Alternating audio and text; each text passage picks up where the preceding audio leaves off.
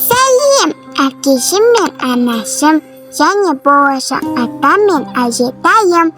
Мен әкешім мен анашымның үлкен махаббаттарынан жаралған кішкентай бақытпын. Әкешім мен анашым, ата әже, әпкелерім, бүгін сіздер менің кім екенімді білетін боласыздар. Анамның құршағында жатып, әкемнің анама және маған өте қамқор екенін білдім. Әкем мені сипалағанда бақытты күйге енемін. Ал анам екеуміз күнде сөйлесеміз. Қазір анамның құршағында жатып, әр дауысты, көңіл күйді, мейірім мен махаббатты сезе аламын. Әкешім Асқар тауым біздің бақытымыз үшін бәрін істейтініне көзім жетті. Рахмет, әкешім.